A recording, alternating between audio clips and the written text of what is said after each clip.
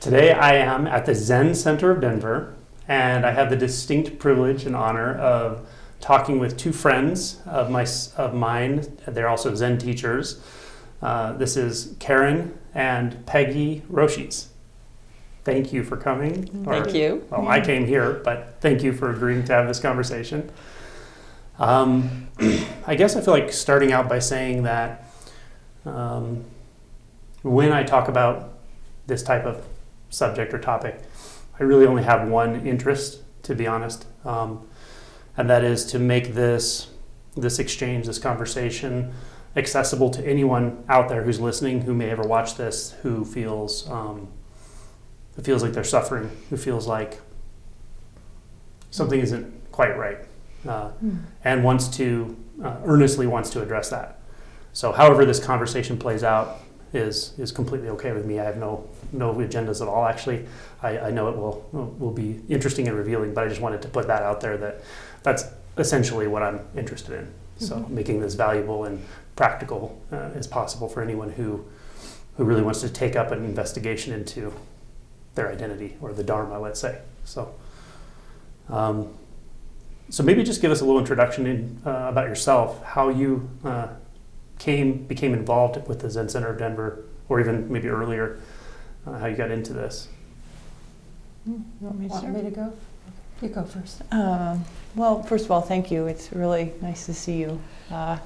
And so I've been at the Zen Center for a little over 30 years, and very interested in how you started that, in that you're most interested in if people are, if someone is suffering and they want to take a look at that. Now, I think that is fundamentally often what brings someone to practice, brings someone here. And I have to think about, and yet I also think there's another avenue, which is that many of us feel like there's a calling within us or a voice within us that is, maybe it's already an internal knowing. And I think I had both of those things. It was my own personal sort of suffering that finally made me, call up on the phone and say, because I'd been introduced to Zen some 10 years before, and thought, I'm going to go back to that. And it was a personal sort of loss and grief that made me pick up the phone eventually and come here. But I also think that I had realized somewhere along the line, I was raised Catholic, and my mother said that my father used to say that I would have made a good nun. And I was like, really? I wouldn't have thought that. But that said to me that there was something always within me that wanted a connection with some deeper truth, or knew that there was something deeper. And so I think we have both. I think you can come because of pain and suffering, which is, of course, the Buddha's teaching of dukkha, the truth of the wheel being the off true, and that's what brings us, and a calling, like we know there's something else, and we know it. So beautiful. That's what brought me. And yeah. So I'm now 73, and when I was 17, maybe, so it's been a long time, I walked into the City Lights bookstore in San Francisco and picked up a book on Tibetan Buddhism and read it. And I thought, this is it. I recognize this. I absolutely recognized it. And I would have to say that I was a genuinely miserable 17-year-old. Not so happy. I didn't until very many years later recognize that some of that was I don't know whether you'd call it second generation trauma. My dad had been a German Jew who escaped from what is now Poland, but at that time was Germany, when in 1938, when he was not quite 16 years old. Anyway, I felt this great burden of suffering in the world. And I decided I wasn't going to be Jewish. Jews die. And yet, within, by the time I was 18, I was taking a vow to save all beings. Mm-hmm. But I never put this together, actually, until many, many years later. Anyway, I also think that for me, there were two things. Partly one was this recognition that there's something there. It was I felt as if there was a thin veil that separated me from real life. And there was just something hanging there. And then at the same time, I also had a great deal of internal angst. Mm-hmm. I put it in global terms, but it was in me. Mm-hmm. And so what happened to me was I went to college. I think Richard Baker came up from San Francisco to teach everyone how to meditate, and I could barely sit still. I think I tried to sit still for 10 minutes and found it almost impossible. But anyway, over the years, eventually after I graduated from college, I went to the Rochester Zen Center, and I was there for maybe 8 or 9 years and practiced very hard, essentially kind of monastic training. We were sitting 3 to 4 or 5 hours a day, went to a lot of session, that's retreats. And over time, things started to lighten for me. That's the way I would describe it. And came to really accept my life as it actually was, if you will. And then I ended up in Rochester going to medical school. I got married. I had a baby, 2 babies in the end, 2 kids, and went to medical school. And for about a 10-year period or so, didn't do any formal practice at all. But in a way, it was kind of the same thing, just being in this life without any kind of filter or barrier. And then when I moved back to Colorado, I did end up just finding a teacher, and it was as if I had never been away. I was doing koan practice at that time, and it just, all of a sudden, it was just smooth. It was like going right in. I think I may have even had a dream about it, where all of a sudden I went, oh, that's what this is. And I went right back in. And then I started practicing formally again. So that's kind of an abbreviated version of my story. I can resonate with so much of what you both said. So there is that quality of the recognition, Yes. There's absolutely that, and it's at different levels. Yeah. And then there's also this kind of blind, fumbling searching, which, like a million dead ends. Yeah. And then at a certain point you realize that actually there has been this path. Yeah, that's the way I would describe it. I like the recognition part, because I do know 10 years before I did show up here, I had listened to somebody give a talk, and that was in California, and the church was, quote, the Noetic Christian Church, but she was really a Zen teacher. Oh, cool. And she stood up on a stage and gave a talk, and it was that recognition, and I was like, oh. Yep. Oh, I know that. I got that. Yeah. I'd been waiting my whole life so far to hear that. To hear that, it went right there. I'm with you. It's very hard to recognize in the moment, but in retrospect, it's completely obvious. There were breadcrumbs. Yeah. There was some thread, and for me, it was a couple. People have probably heard me say this who watch this, but a couple of things. One that was really poignant for me before I found like the 3 pillars of Zen. There was a whole story about that, but before that, I was probably 19 or 20, and I was in a college course called Zen and Japanese Culture. So one of the threads with that attunement to some kind of truth was I was interested in Eastern thought and religion, but I didn't really know why. But I was just interested. It was interesting to me. It's kind of mystical, but I never had that like real taste or anything.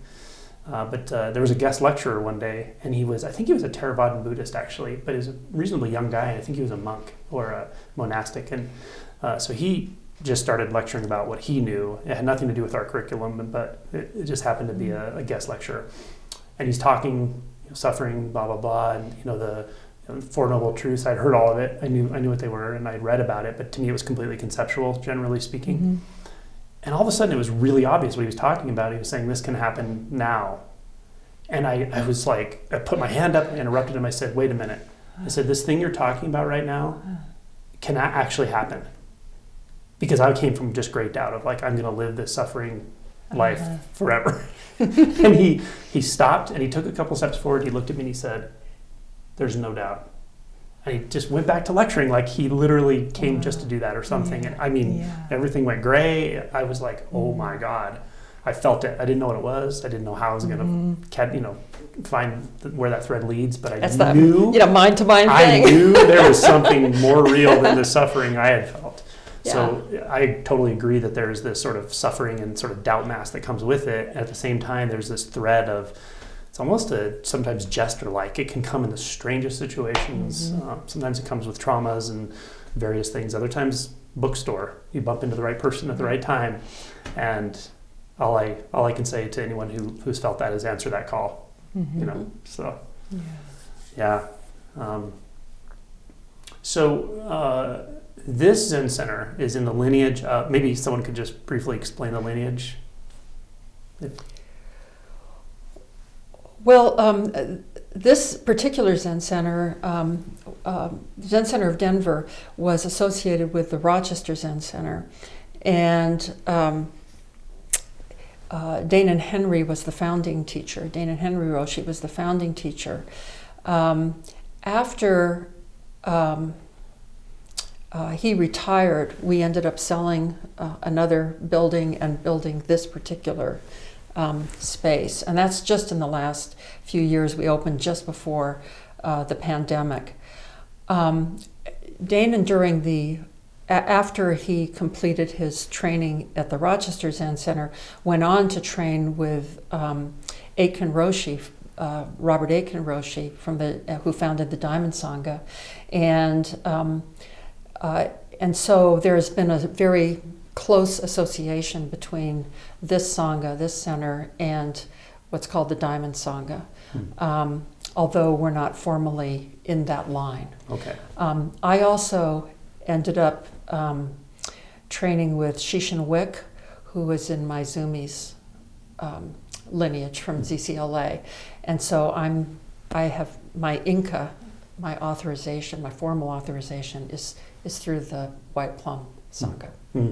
Okay. So we have several. A mixture, yes. We have several so our families that our we transmission comes in. through the Rochester, but Rochester, Philip Kaplow and Robert Aitken were like Dharma cousins, sort of, at least. And as Karen said, when Danon continued his work with Aitken Roshi for over 10 years, he got permission to teach from Roshi, and then but did not receive transmission. So our transmission comes from Rochester, and yet we're kind of a Diamond Sangha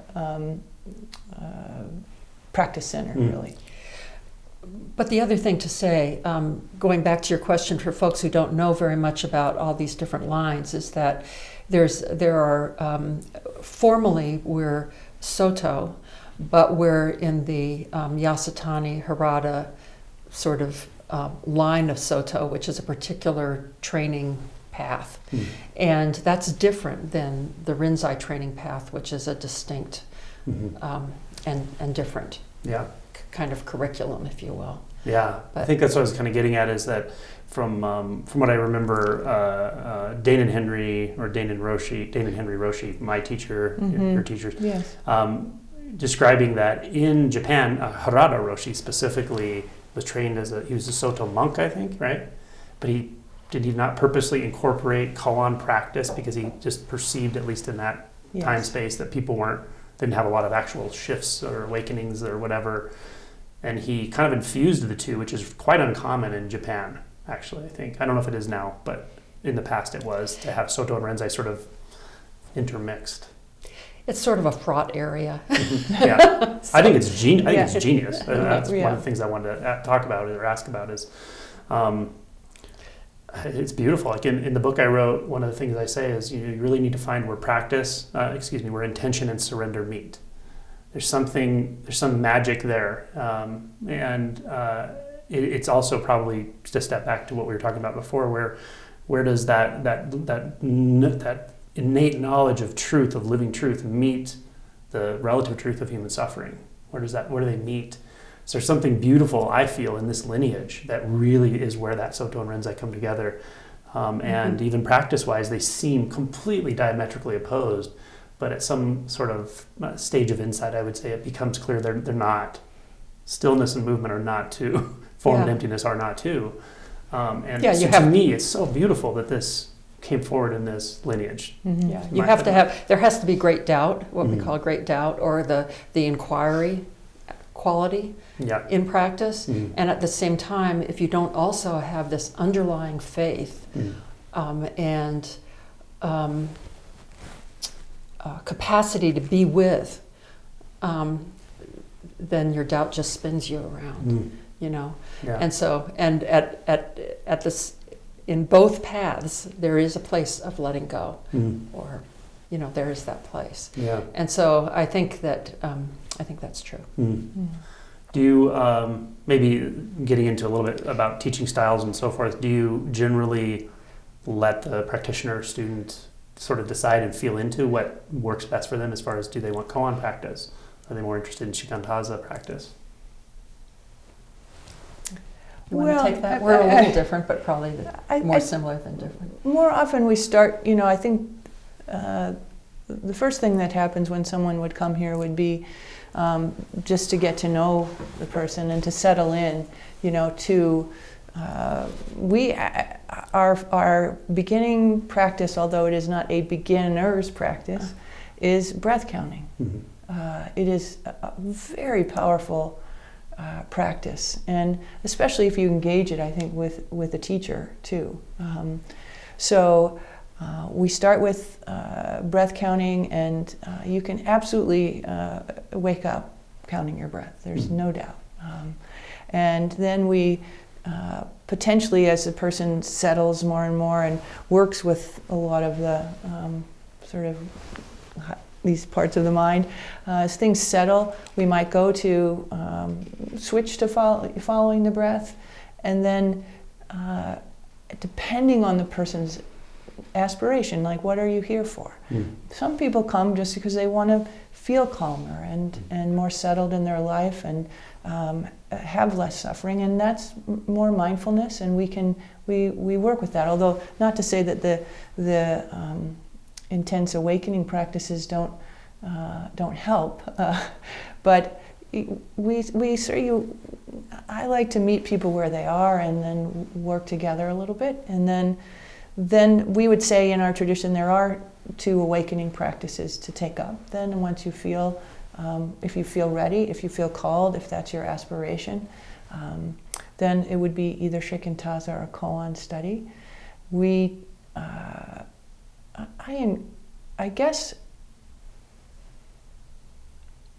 I think each person has a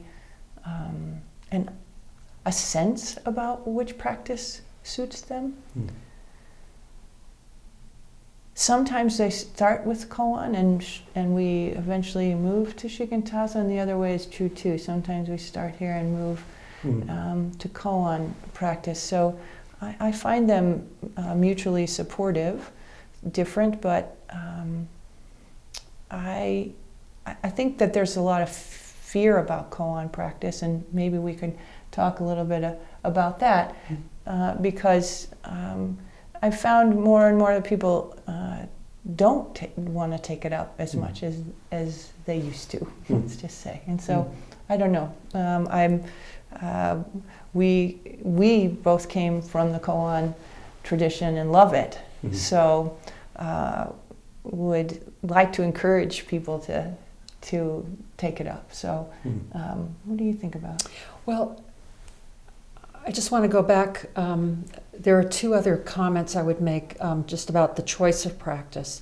One is that for people who have, and we don't always know this initially, sometimes we find out, but if people really have a significant amount of trauma in their past, stabilization practices, mindfulness practices often are better than jumping into either a koan or a shikantaza. So that's one thing that we sort of try to feel out. And then the other thing, I was going to say something else, and I'm trying to remember what it was. Oh, of course. The other practice that I've done is what I would call listening practice. And that is to let the awareness ride sound without going into an image of sound or a label of sound. And that can be kind of an inquiry, an opening practice. It's been an opening practice for me. Beautiful. Yeah, so that's another one that for some people is really direct, really straightforward, and they just find it to be really a helpful practice. So those are the ones that we use mostly. But that listening practice though is also kind it's of a in the kind koan. It's a kind of a it's a form of inquiry, really. Who is hearing? Yeah. But Or without, what is the sound of one hand, perhaps? well, except that the actual practice is listening, Yes. which is not it's not who or what or something like that. I love that. It resonates sort of at the heart level for me, that in particular sound.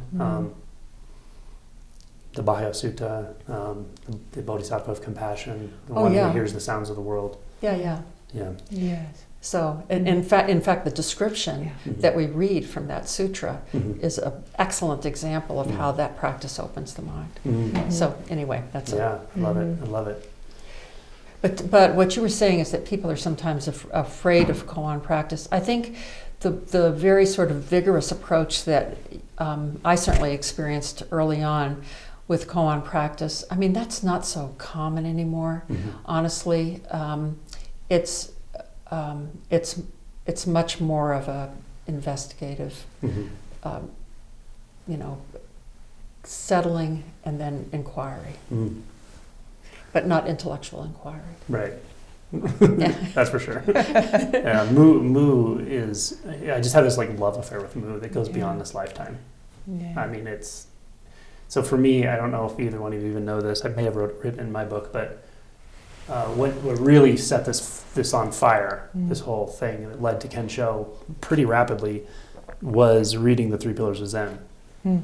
I picked it up, and the 2 chapters I read were enlightenment accounts, people describing in their own words what it's like going through Kensho. One was Kapla Roshi. He was one of the writers, and there was 9 of them. Men, women, Japanese business people, American travelers. Yeah, yes. And Japanese so business, they were describing literally what it's like going through it. And something in me just said, oh, I know exactly what that is. I knew, it felt like just beyond this lifetime. I was like, oh, yeah, yep.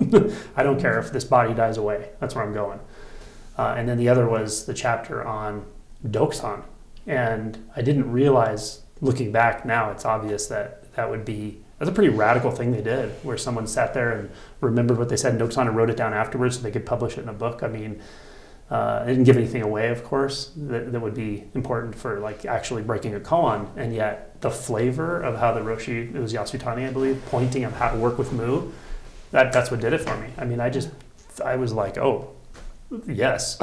I gave everything to that. I just gave everything. I still give everything. It just keeps giving, Mu is just beyond, and it's also so incredibly, right here and intimate and beautiful, shining. There's something about it. So, And that one pointed approach, it's so powerful. It can be so powerful, especially to the seeking mind, the Western mind, the materialistic mind. It just gives it nothing. And at first, that nothing is so difficult, but all of a sudden, it's not difficult anymore. It's like you know right where to go. So I love Mu. Let me just say that. I'll just put that out there. I'm very glad to hear that. We do so too. if anyone is scared of taking up koan practice, I would say, there's such a gem hidden in it. There's such a gem hidden in it. Yeah. Did you look like you were almost going to cry? Oh, I've been in tears over Mu many times. Yeah. So. So maybe, without giving anything away that would compromise someone who actually wanted to go do this practice in Dokusan and so forth, maybe tell us about what is that? What is a koan? What is the point of a koan? What is the point of doing that to your mind, binding up the mind and not giving it anything intellectual, and yet there's something there?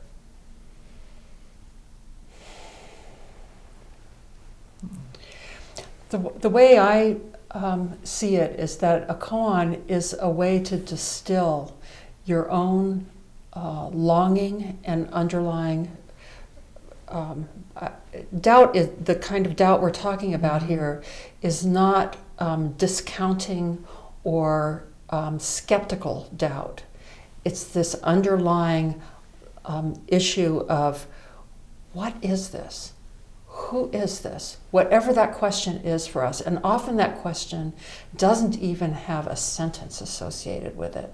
We can just feel it as this yearning or this longing. And it's a way to help us bring that into our meditation in a way that becomes really a whole world. I did read in your book that when you were working on this, that you would carry it with you all the time. And I say carry it with you day and night. Before you go to bed, raise up your Mu or your Hu or whatever that question is.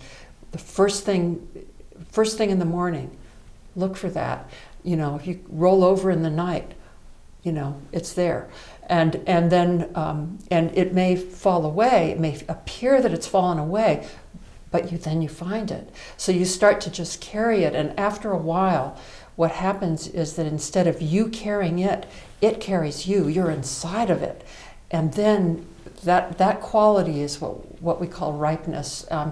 Anything then can awaken the mind. It's nothing that we can control. It's nothing that a teacher does at all. But it's this innate capacity of the human being for the mind to awaken, and then anything can spontaneously allow that to start to flower. And so that's the way I see it. And it takes a lot of patience, and it also takes, I think, a great deal of faith or willingness to be in this not knowing space, to feel that you're constantly coming to a place where you're stopped, to that place where everything, you can't go forward. You have to be willing to practice, to be right in that place of not knowing, and that takes some inner strength and determination and courage, I think, because it's very easy to think, to start having ideas about, I can't do this, there's no way, it isn't real, and then, and so to be able to keep going, I think is a real testament to, I'm just so impressed with the I don't know, I'll say it, the courage and the dedication of the people we work with. Maybe that's a way to say it. Is that a description? I don't hear the description, I feel it. So Yeah. And it's a powerful transmission. It's Yeah.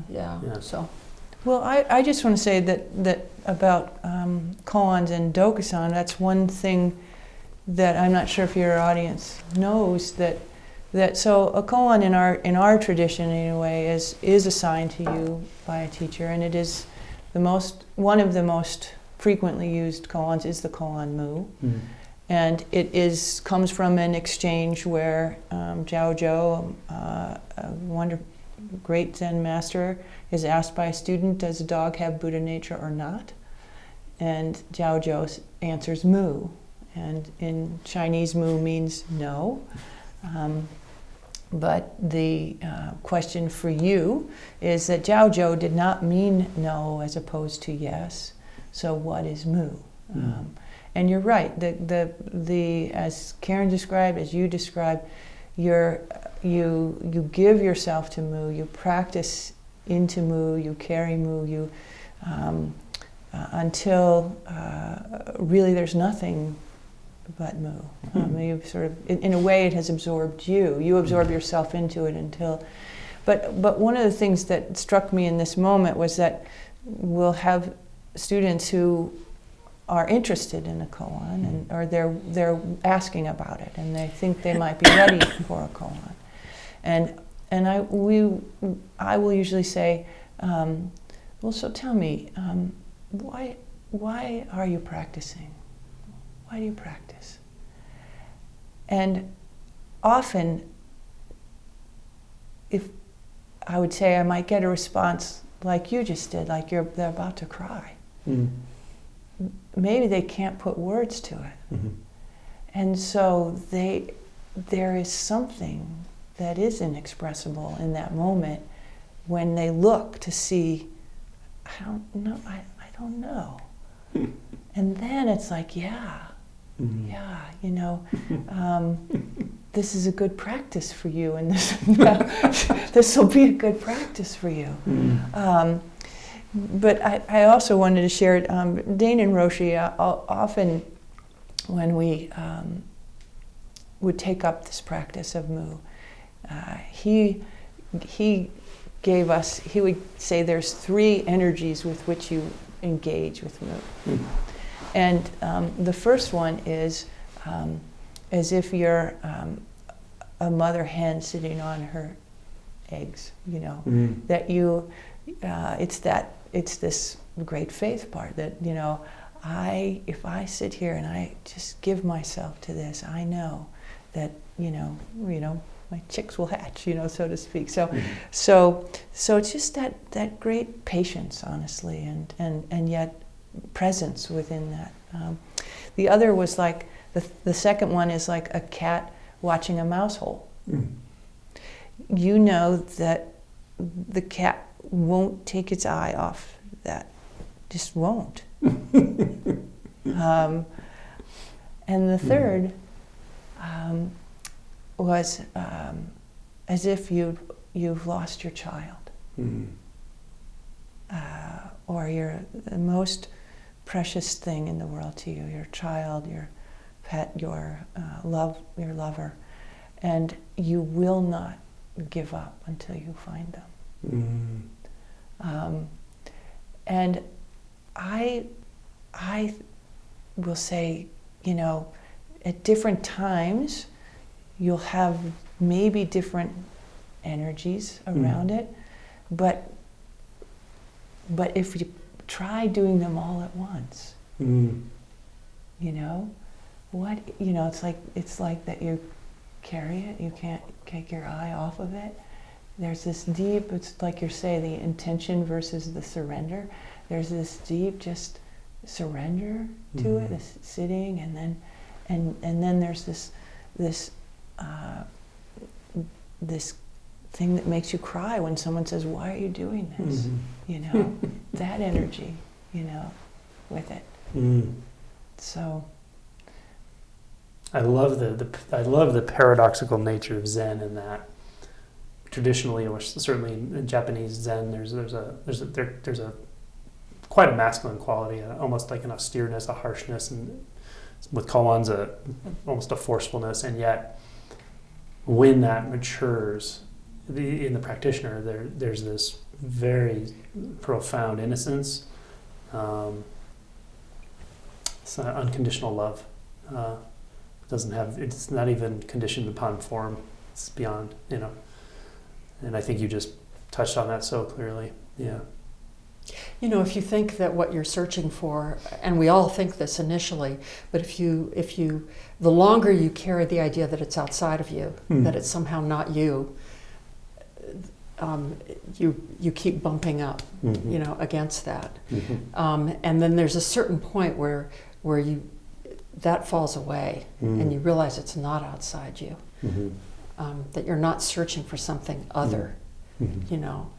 And that's this quality of, you know, the open heart, unconditional love, I think.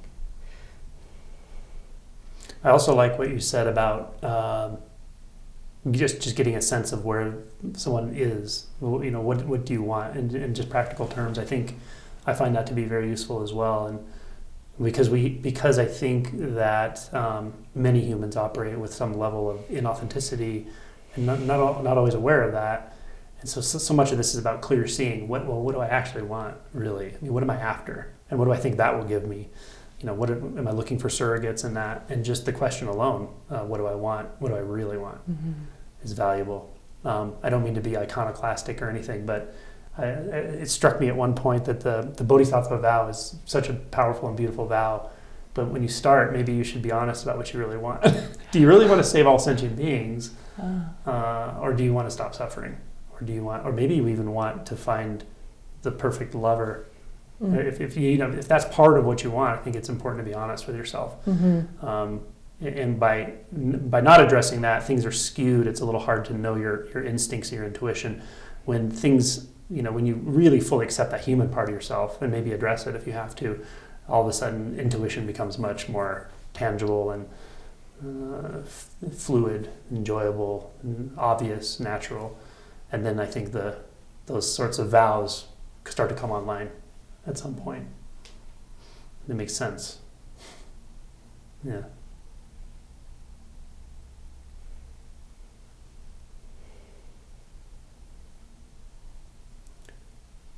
So at the risk of sitting here in silence for the next 30 minutes, which would be very nice actually, what is the role of silence in Zen?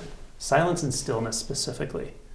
And that may sound like a simple or basic question, but... No, it's not. But even practice-wise, right? Mm-hmm. It's the central teaching in a lot of ways. So maybe you could speak to that. It's a wonderful question as far as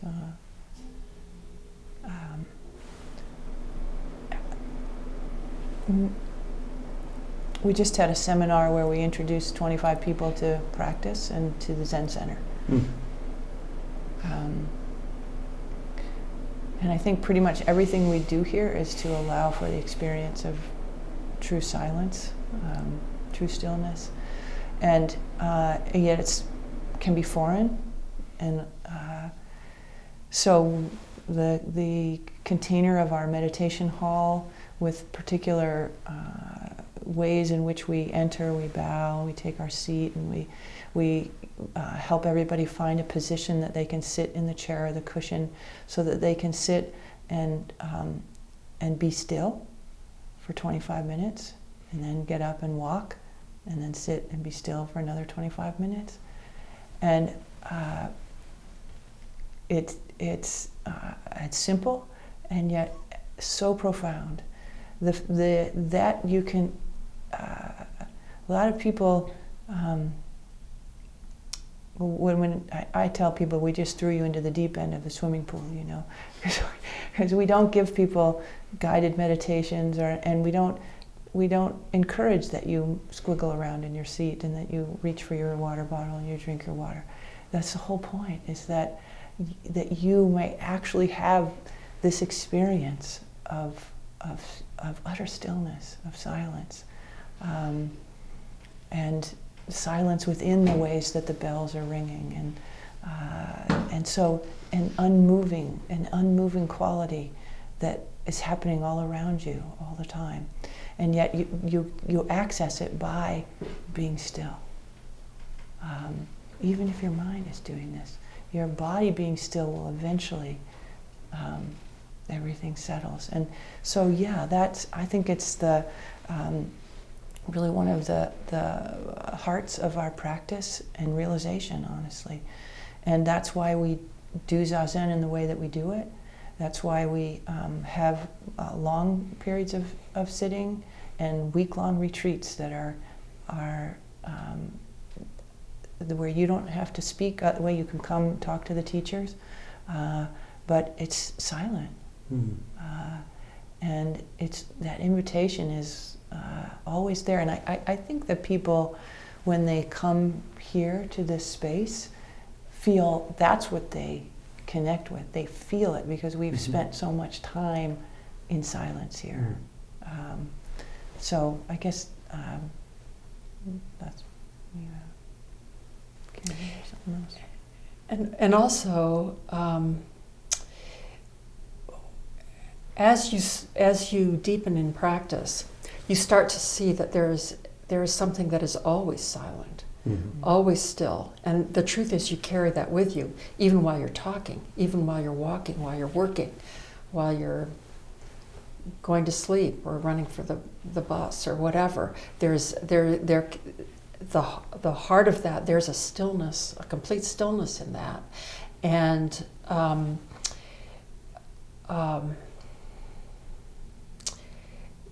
you start to trust that quality, that you can always find it, that it is always supporting you.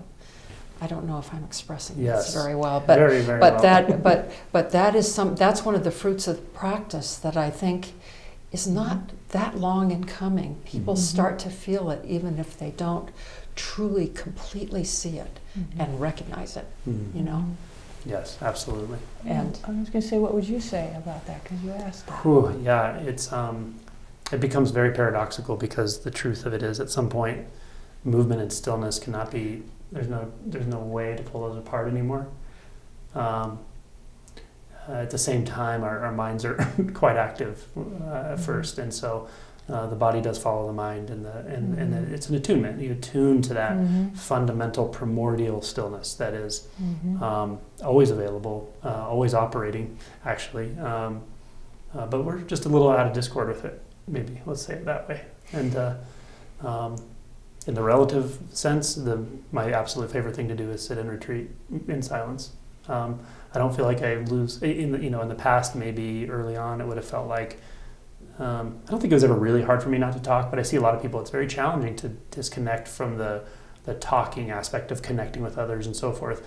I don't feel that at all. I connect directly, energetically through movement, through stillness. So the way someone moves, the way an environment moves, is all the communication I need. So to me, I love it when everyone comes together to sit in silence, or largely in silence in a retreat setting. It's wonderful.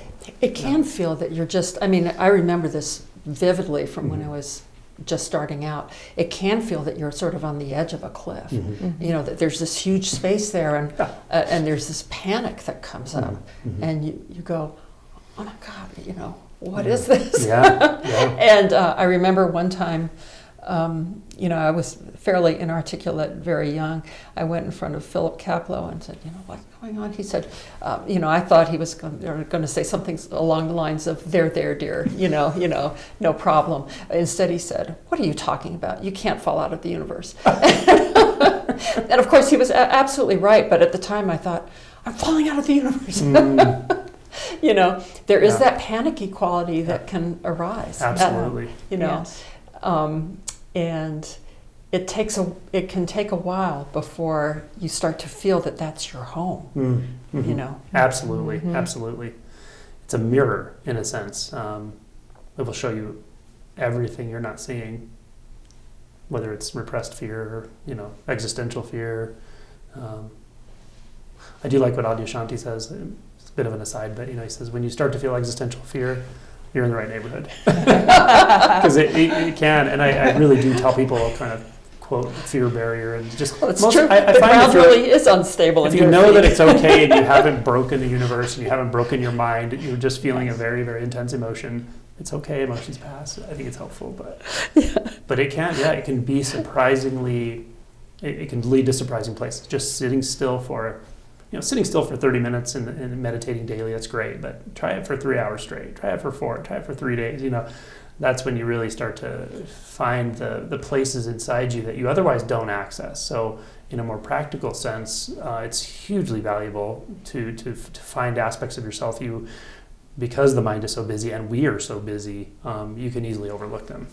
But spend enough time in silence and it gets very hard to overlook almost anything. Yeah, and I like that because, you know, it's not, I think it's, maybe it's Jack Kornfield who said something like, you know, because people say a lot, if I'm inherently awake, then how come I don't see it? Mm-hmm. And his response I loved was, well, you do. You see it many times a day. You just skip right over it. Mm-hmm. And that's kind of what you're saying. You know, it's See, right. and I do. I love. That's why I Yeah. love the basic questions. Yeah. Because if they're real, if they're authentic, Yeah. there's no wrong question. And the simple questions, you know, and that's a really good one. You know, if you actually believe when someone who has the ability to sort of transmit the fact that they've really experienced it, they've not just experienced it, but there's something very real and livable about, let's call it the Dharma. And yet, you hear it, you feel it, something resonates, and yet your mind is telling you, why can I not find this? Well, there's a funny koan right in there, but that's a good place to be. It's an uncomfortable place to be, but it's a good place to be. There's a perfect friction there, you know, yeah. And the answer is, of course, you are looking at it all the time, which is infuriating to hear when you're up here, but it is staring you in the face, you know. Dogen has that beautiful statement, practice enlightenment. There's really no distinction between practice and enlightenment. At some point, it becomes clear. Right. So wherever you are, you know, whether you're just experiencing so much doubt and suffering and this stuff resonates, but you just don't know how to work with it or what to do with it, and you doubt that it's going to work for you, that it could work for you, it's okay. You're already in a good place. It's okay. There are things that can not things. There are forces in support of your unfolding that are unimaginably benevolent, almost powerful. I don't know how to say it. These are all relative terms, but.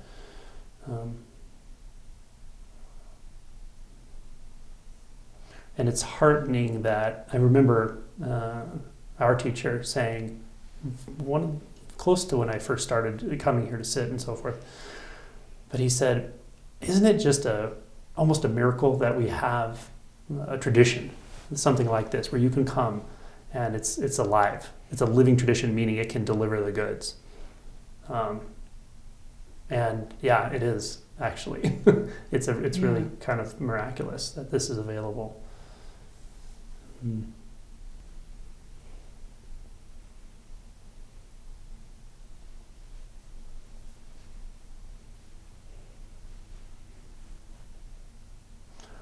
The other aspect of sesshin or sustained meditation, I would be curious to hear your guidance on for people who've been through it, is not just those fear barriers or that feeling of just going off a cliff, but pain, emotional pain, guilt, regret, things come, shame, and physical pain. And all these tend to come up, I think, with sustained meditation as well. How do you work with those with people?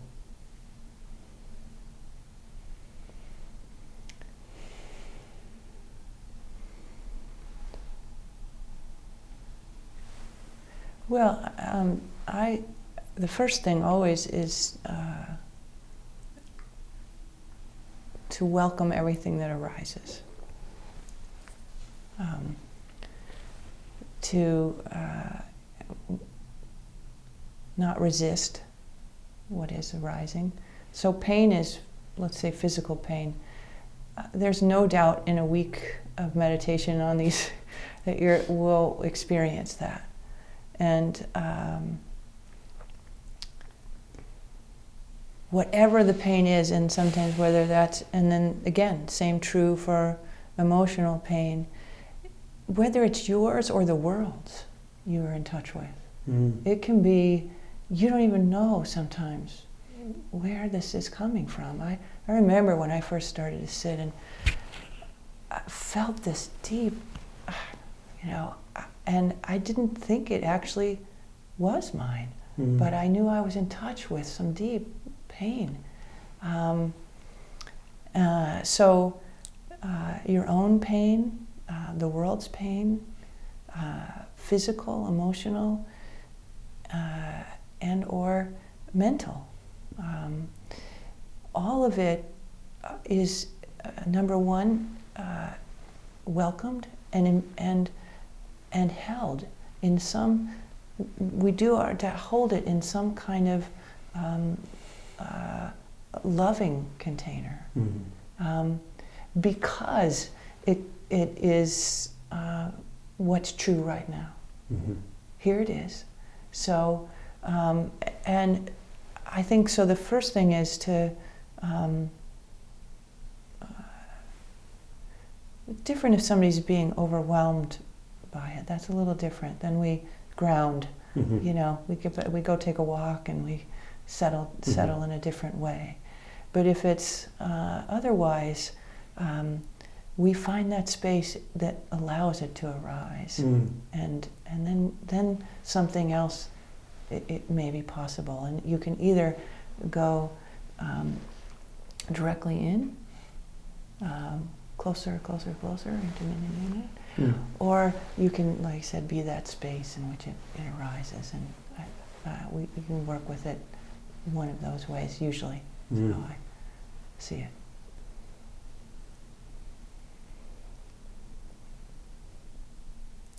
I think one of the harder things that I've had to learn over the time that I've been teaching is when to gauge when it is, because it is often, well, not often, but it is sometimes in prolonged retreats that old trauma comes back.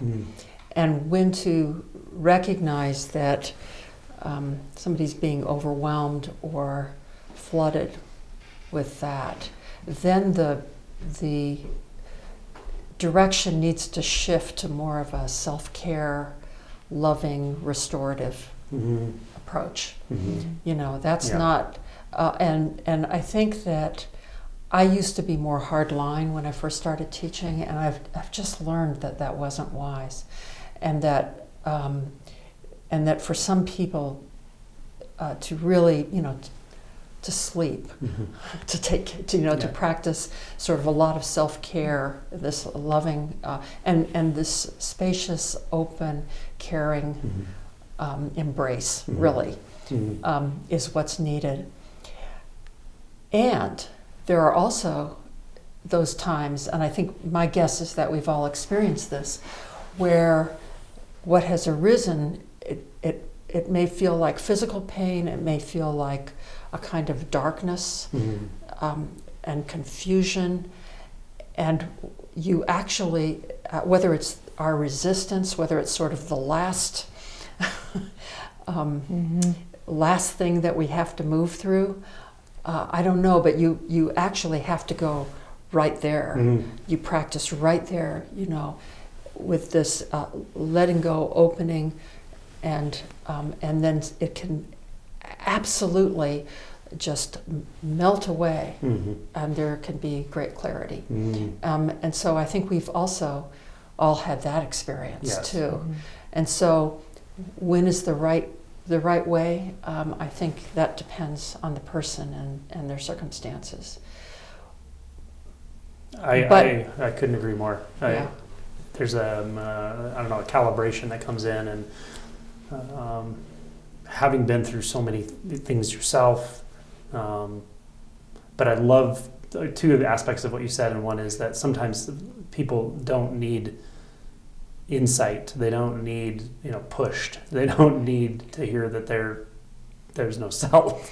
What they need is to feel okay. They just need to know that on a human level you are okay, and they may need a hug, you know. They may need to hold their hand, and that's human, you know, and that's really important. For certain people at certain times it's very important. And I love the other thing you said, which is right on the money, is sometimes things, I've been to some extremely dark places with people,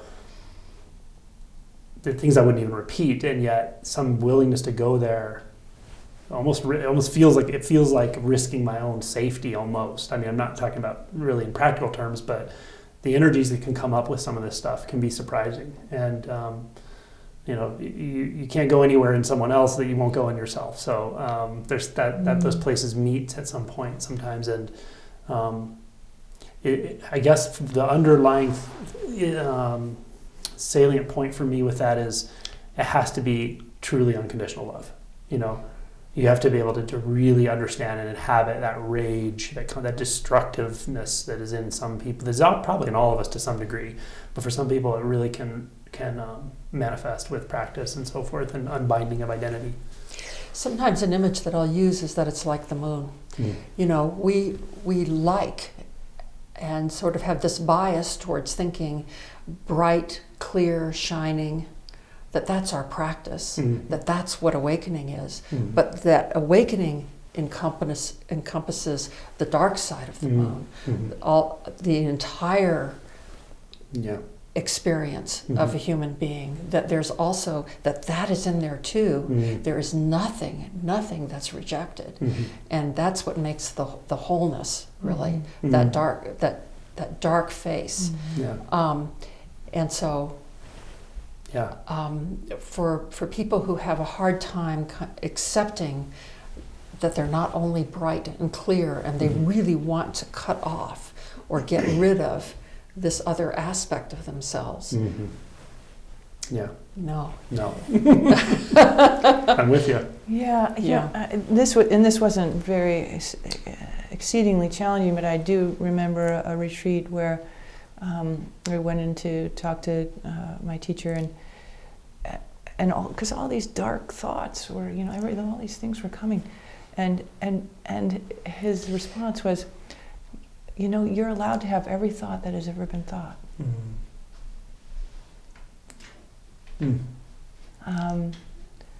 And so that's true for our physical sensations, our emotions, anything can arise within it. Anything. And it's, and it might. And it's okay. It's okay. Yeah. The shadow is probably maybe the area I'm most interested in, practically speaking, with this process, because I think I actually recently interviewed Gangaji, and I remember her saying one time, and I resonated deeply with this. She said what she thought, in her estimation, what prevented people from getting to the really deeper stages of realization is unwillingness to go into the dark emotion, the deep shadow emotions. Unlovability, deep shame, helplessness. I find it a lot around helplessness. Rage. Total helpless and rage. Rage. Yeah. Yeah. But there's so much intelligence there as well, and there are different ways you can think about it or whatever, but one way I like to think about it that I find is actually pretty intuitively true, and at the level of the emotion body, quite true, and that is these emotional experiences are like lost children. The door has been shut in their face. You've done it, your parents did it, their parents did it. All of society does it with certain experiences like helplessness, like rage, and you're the only one that can open this door for this child. You can welcome it in and say, you have all the space you need here. You have 100% of my attention right now. Tell me your story, or just sit, or just be here. Like it's okay. I even if I have resistance, I will put that on the shelf as much as I can, and I just want you to be able to be here and know that you're accepted here. You're okay here. You're okay here. Be what you are, and you can stay as long as you need to. And if you leave, you can always come back. To have that kind of approach with some of these really repressed energies, I find valuable. Just as one approach. Yeah, and I sort of, in a way, I don't know if this comes to me. I don't know if this is true, but I'm not sure that you can really drop away completely. Drop body and mind, let it all go, unless everything has been included or I feel that's reasonably true. And if you start to really experience and realize formlessness, there's nowhere for it to hide anymore. And so actually get quite intense if there's any resistance left. It's so intense. And but having a good teacher, guide, or your own good intuition to do that trauma work along the way, is very, very helpful. Mm-hmm. Yeah, but I would agree. I mean, everything is allowed.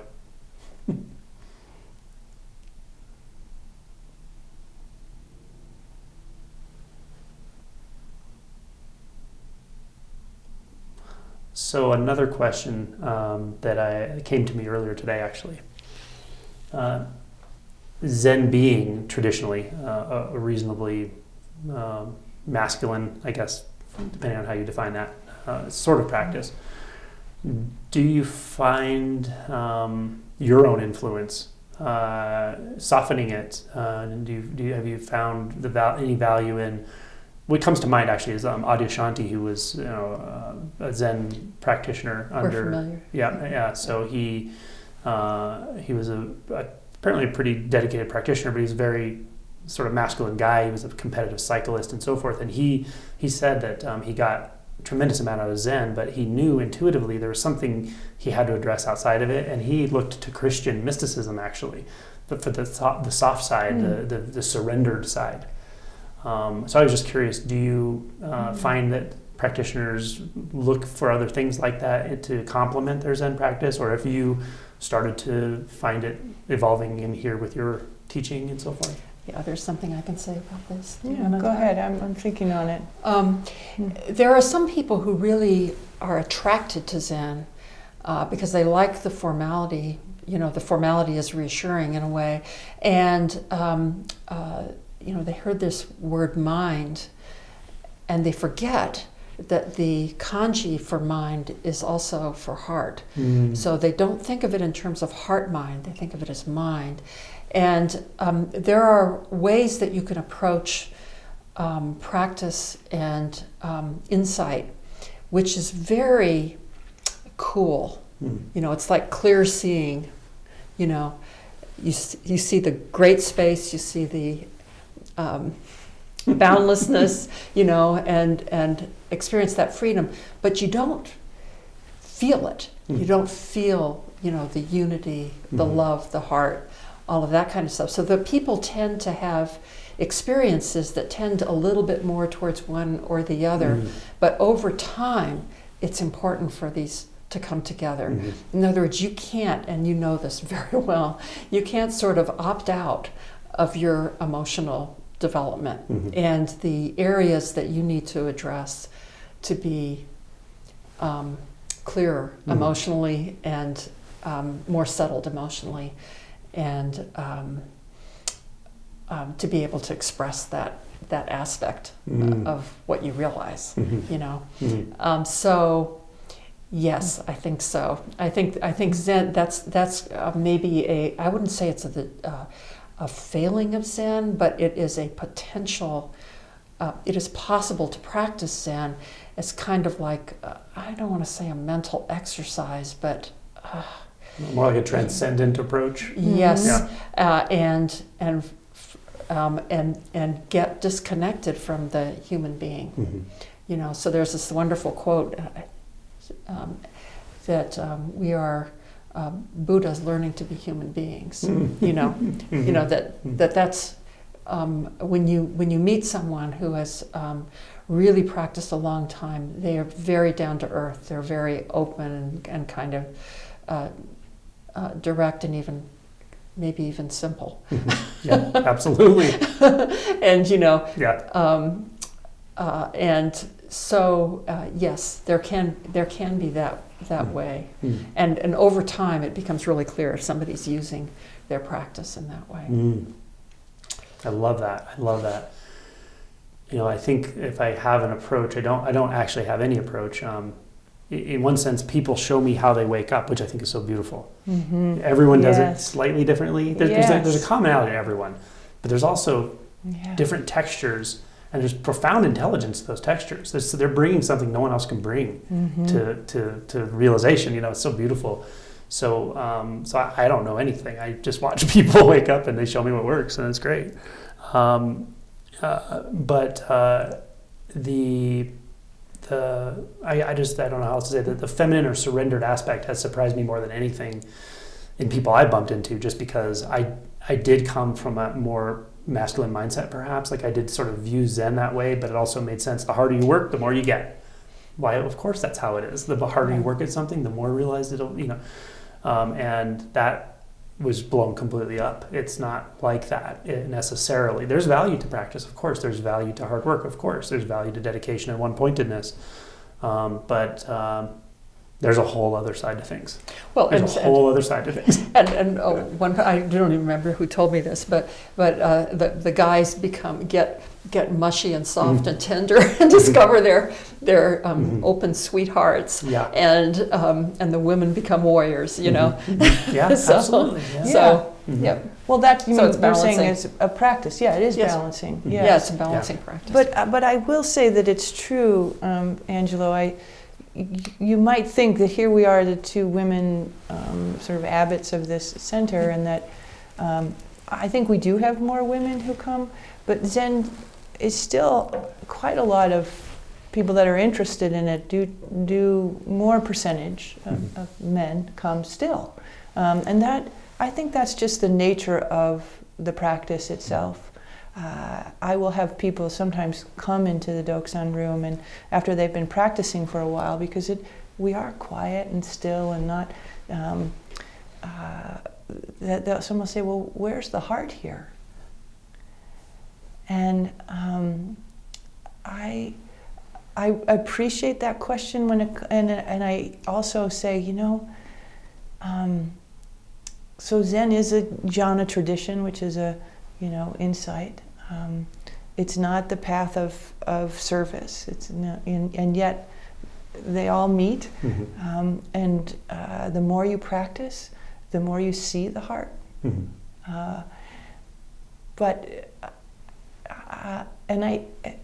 And yet for some it isn't enough. The texture, the flavor, isn't enough here. Now we are sitting in our shrine room, which is our Kanon room, which is the energy of the feminine energy, we hope, of female Buddha, our Zen tradition.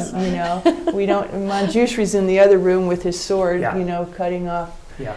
And so we absolutely know that these both energies are here. That wisdom and compassion are the two wings. And yet. It's true, some resonates for others, and even, as you said, you mentioned Adyashanti going to, I personally also sometimes have to read other things that bring in a different flavor, let's just say. Sure. And that's fine. I do think the koan tradition, its primary, if you want to say objective, which is hard to say, is to allow us to embody this fully in all of it, in the whole range of human experience. And that's partly, I think, one of the things we love about it. It's a joyful, not easy, but this exploration that somehow, and you don't even know how it does that,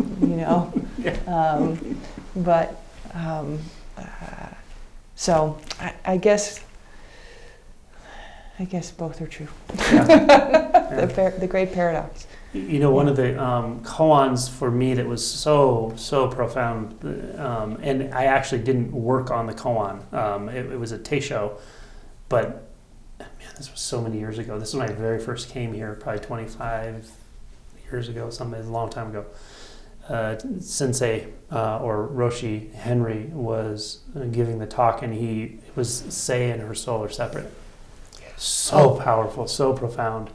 And I often that's one of my favorite comments. I often think of that, and it comes back to me when I work with someone, especially a woman who's gone through a lot of trauma, sexual abuse, these places, or just having something similar to the actual story had happened in their life, and that apparent divergence of the heart, and it's just such a powerful koan and story, and it's so feminine. It's so much in the feminine aspect. It's so beautiful. which of course is not just women, it's all of us. We all have that aspect to us, children, human warmth.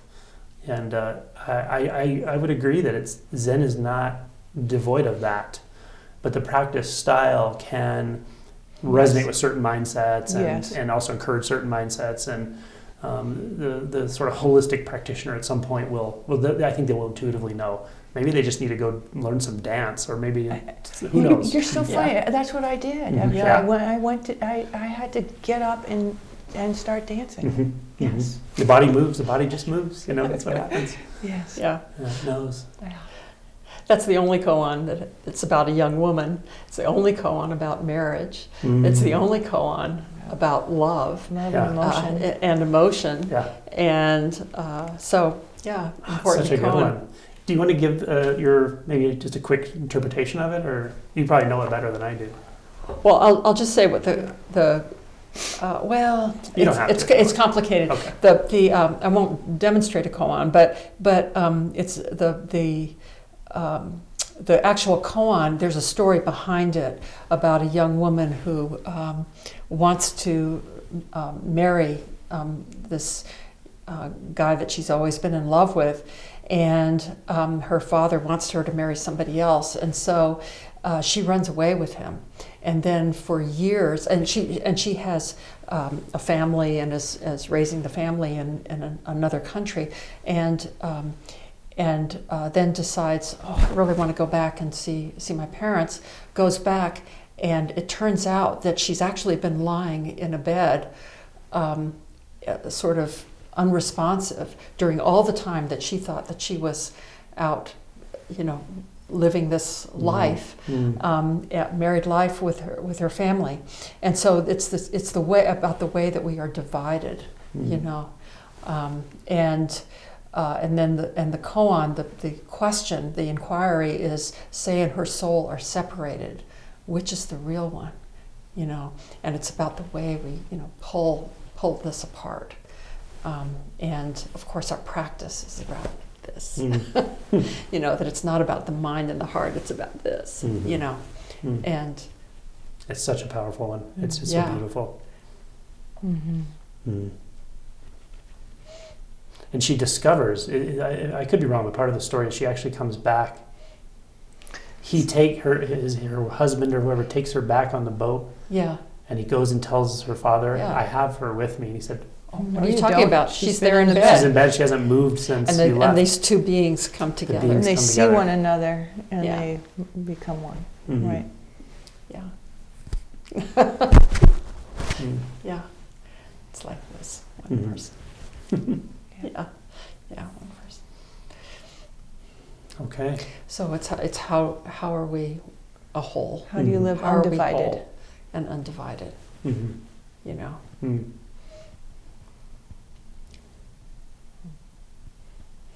Even in the world of seeming division.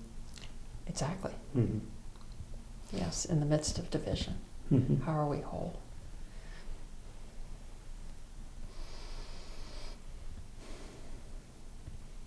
Well, it's been a good conversation. Thank you. Did we touch on everything you wanted to touch on? Anything else anyone wants to talk about or ask about? Or? I have plenty of things I could ask about, but I think this is good. It's good? Yeah. Yeah. Well, thank you for coming or inviting me here and allowing... it's a pleasure to see you after so long. It really is a pleasure to see you too. By the way, Karen taught me to sew. She's a physician. When I was a med student, I worked with her in a clinic years and years ago. A long time ago. She taught me to sew skin. She taught me how to examine an ankle when I think you sprained your own ankle, and you showed me how to examine an ankle, and so she taught me a lot of fun things. So again, thank you so much. I really appreciate it. I'm sure my audience is going to get a lot out of this, and thank you. Yeah, thank you. Angela. It's been a pleasure. Mm-hmm. Thank you.